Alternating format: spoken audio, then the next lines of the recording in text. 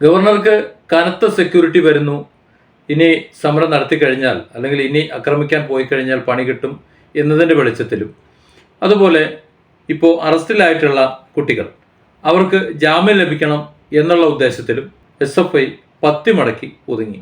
ഇനി അനിശ്ചിത കാലത്തേക്ക് വിദ്യാർത്ഥികൾ ഗവർണർക്ക് നേരെ സമരം ചെയ്യില്ല എന്നും തീരുമാനിച്ചിട്ടുണ്ട്.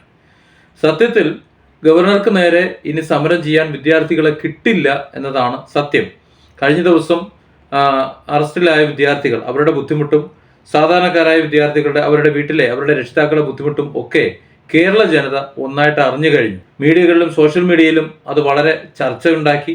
ഗവർണറെ ആക്രമിച്ചാൽ ഇനി അതല്ലെങ്കിൽ ഗവർണറെ തടയാൻ ചെന്നാൽ ഉണ്ടാകുന്ന ഭവിഷ്യത്തുകൾ ഏതാണ് എന്ന് വളരെ വ്യക്തമായി അവർക്ക് മനസ്സിലാവുകയും ചെയ്തു. അതിൻ്റെ ഫലമായി ഇന്ന് കൊച്ചിയിൽ നടക്കുമായിരുന്ന സമരം വേണ്ടെന്ന് വെച്ചതിന് പുറമെ ഇനി ഒരു അനിശ്ചിത കാലത്തേക്ക് ഗവർണറുമായി ഏറ്റുമുട്ടാൻ SFI വിദ്യാർത്ഥികൾ പോകേണ്ടതില്ല എന്നും തീരുമാനിച്ചു. യഥാർത്ഥത്തിൽ വിദ്യാർത്ഥികളെ വിടില്ല എന്ന തീരുമാനത്തിൽ നിന്നാണ് മാനം രക്ഷിക്കാൻ വേണ്ടി ഒരു നോട്ടീസ് ഇറക്കി സമരം നിർത്തി എന്ന് CPM പറഞ്ഞതുമാണ്, SFI പറഞ്ഞതുമാണ്.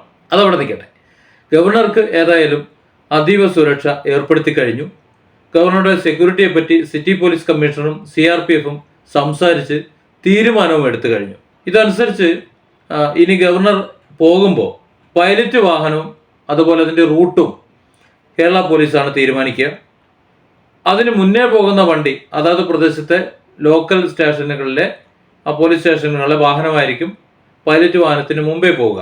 ഗവർണർക്ക് സഞ്ചരിക്കാൻ ബുള്ളറ്റ് പ്രൂഫ് കാർ വരും എന്ന് കരുതുന്നു. കാരണം Z+ കാറ്റഗറി സുരക്ഷയിലുള്ളവർക്ക് ബുള്ളറ്റ് പ്രൂഫ് കാർ സാധാരണ വരാറുണ്ട്. ഗവർണർക്കും ബുള്ളറ്റ് പ്രൂഫ് കാർ വരും എന്ന് തന്നെ കരുതുന്നു. ഗവർണറുടെ കാറിൻ്റെ തൊട്ടു മുന്നിലും തൊട്ടു പിന്നിലുമായി പോകുന്ന വാഹനങ്ങൾ നേരത്തെ കേരള പോലീസിൻ്റെതായിരുന്നു. പക്ഷേ ഇനി കേരള പോലീസിന് അവിടെ റോളൊന്നുമില്ല. അവിടെ CRPFിൻ്റെ ഭടന്മാരായിരിക്കും സഞ്ചരിക്കുക. മാത്രമല്ല ഇനി ഗവർണർക്ക് പുറത്തേക്ക് ഇറങ്ങേണ്ടി വരില്ല. അദ്ദേഹത്തിൻ്റെ സഞ്ചാരപാതയുടെ പാർശ്വങ്ങൾ ക്രമീകരിക്കേണ്ട ഉത്തരവാദിത്വം ഇപ്പോൾ പോലീസിന് കൂടുതൽ കിട്ടിയിട്ടുണ്ട്. നേരത്തെ പോലെ മിണ്ടാതെ സപ്പോർട്ട് ചെയ്തിരിക്കാൻ ഇനി പറ്റില്ല. ഇനി അതൊക്കെ ഭേദിച്ചുകൊണ്ട് ഗവർണറുടെ വാഹനത്തിനടുത്തേക്ക് സമരക്കാർ എത്താമെന്ന് വെച്ചു കഴിഞ്ഞാൽ അത് പണി വാങ്ങും എന്ന കാര്യത്തിൽ യാതൊരു സംശയവും വേണ്ട. അവിടെ പോലീസിന് പ്രത്യേകിച്ചൊന്നും ചെയ്യാനുമില്ല. ഇലക്ട്രിക് ലാത്തി അടക്കം, അതായത് ഷോക്കടിപ്പിക്കുന്ന ലാത്തി അടക്കമുള്ള സകലവിധ രക്ഷാ ഉപകരണങ്ങളും അവരുടെ കയ്യിലുണ്ട്. CPMൻ്റെ ഭാഷയിൽ പറഞ്ഞാൽ സകല ജീവൻ രക്ഷാ ഉപകരണങ്ങളും കയ്യിലുണ്ട്. വേണ്ടി വന്നാൽ മുട്ടിന് താഴേക്ക് സ്നേഹിക്കാനുള്ള വകുപ്പ് കൂടി അവരുടെ കയ്യിലുണ്ട്. അതൊക്കെ ഇനി ആരുടെയും അനുവാദമില്ലാതെ എടുത്ത് ഉപയോഗിക്കുകയും ചെയ്യും. അതുകൊണ്ട് ആരും ഗവർണർ അടുത്ത് ചെന്ന് പെടാൻ നിൽക്കണ്ട. നേരത്തെ പോലെ ഇനി റോഡിൽ നിന്നുകൊണ്ട് വലിയ പ്രതിഷേധങ്ങൾ, വലിയ ഒച്ചയും വിളിയും ഉണ്ടാക്കാമെന്ന് കരുതണ്ട.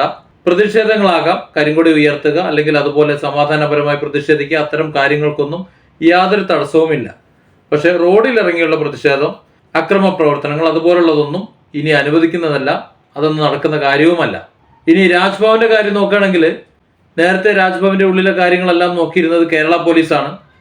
ഇനി രാജ്ഭവന്റെ ഉള്ളിലേക്ക് കേരള പോലീസിന് തൽക്കാലം പ്രവേശനമില്ല. അവിടുത്തെ കാര്യങ്ങളെല്ലാം CRPF തന്നെ നോക്കും.